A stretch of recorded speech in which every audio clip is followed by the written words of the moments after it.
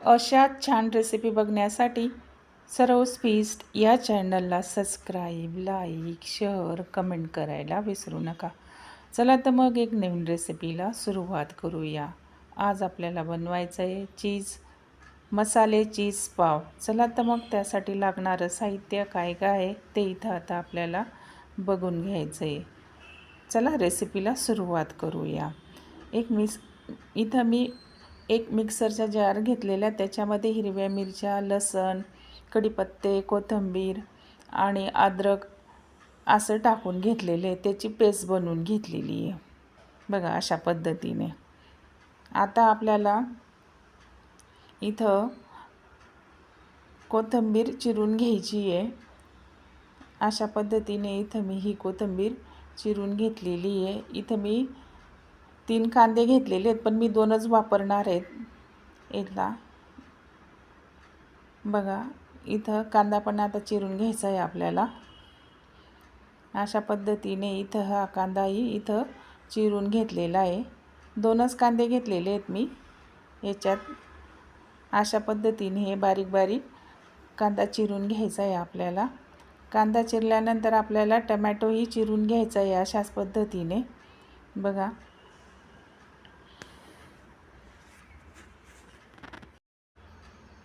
सकाळी सकाळीच नाश्त्याला किंवा याला टिफिनसाठी लहान मुलांच्या, आणि दुपारी जर आपल्याला भूक लागली त्याच्यासाठी अशा पद्धतीने आपल्याला मसाले चीज पाव बनवून बघा, खूप छान लागतो, मस्त. तुम्हीसुद्धा अशीच रेसिपी फॉलो करा, तुम्हाला नक्की जमेल. बघा इथं टमॅटो कापून झालेला आहे. आता कढई ठेवून घेतलेली आहे. गॅस चालू करून याच्यामध्ये मी तेल टाकून घेतले गरजेनुसार.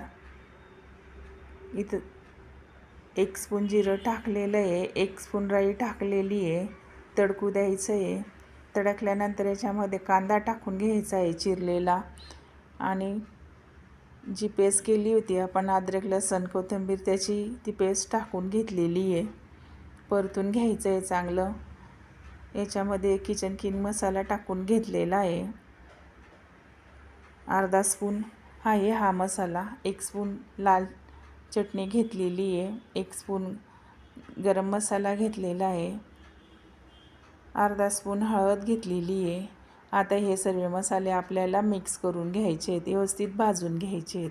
भाजल्यानंतर याच्यामध्ये आपल्याला उकळलेला बटाटा टाकून घ्यायचा आहे. इथं टमॅटो टाकून घेतलेला आहे. कोथिंबीर आणि टमॅटो टाकून घेतलेला आहे. आता मिक्स करून घ्यायचं आहे. मिक्स केल्यानंतर याच्यामध्ये आपल्याला कसुरी मेथी टाकून घ्यायची. अशी हातावरती ही क्रश करून घ्यायची, मगच टाकायची. बघा अशा पद्धतीने इथं हा मसाला आपल्याला तयार करून घ्यायचा आहे पावमध्ये भरण्यासाठी. हा मसाला चांगला व्यवस्थित भाजून घ्यायचा आहे, जेणेकरून टमाटे सर्व मॅश होऊन जातील. बघा जवळपास हा मसाला तयार झालेला आहे. याच्यामध्ये आता आपल्याला उकळलेला बटाटा टाकून घ्यायचा आहे. गरजेनुसार टाकून घेतलेला आहे. आता असा बारीक मिक्स करून घ्यायचा आहे त्या मसाल्यामध्ये पूर्ण बटाटा. बघा बारीक करून घ्यायचं आहे. अशा पद्धतीने हा मसाला आता आपण इथं तयार करून घेतलेला आहे. बघा इथं गरजेनुसार मीठ टाकून घ्यायचं आहे. इथं मी तवा ठेवलेला आहे. याच्यामध्ये तेल आणि बटर टाकून घेणार आहे. बघा आता याच्यामध्ये आपल्याला लाल चटणी आणि थोडा गरम मसाला आणि हळद टाकून घ्यायची आहे.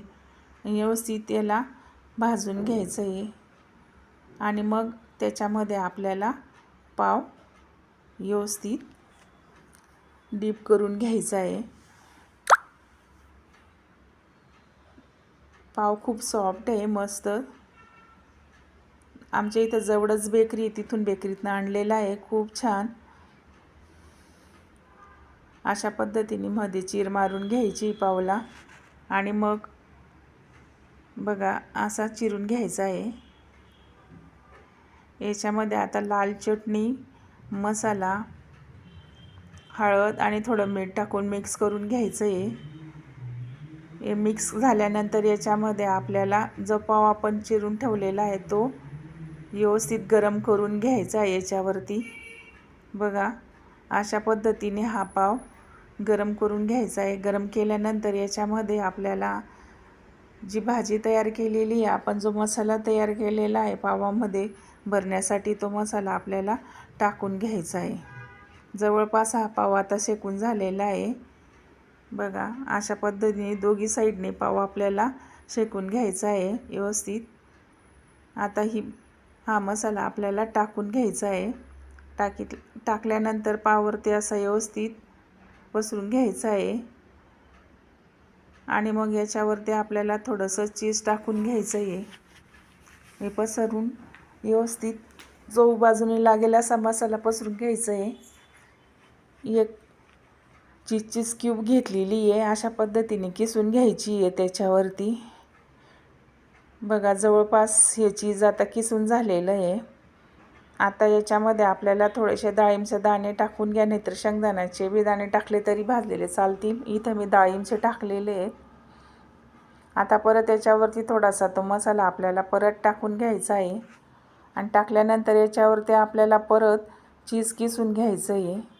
बघा इथं हा मसाला परत मी टाकून घेतलेला आहे. अशा पद्धतीने हा व्यवस्थित पसरून घेतलेला आहे पावावरती. आता परत याच्यावरती आपल्याला चीज किसून घ्यायचं आहे.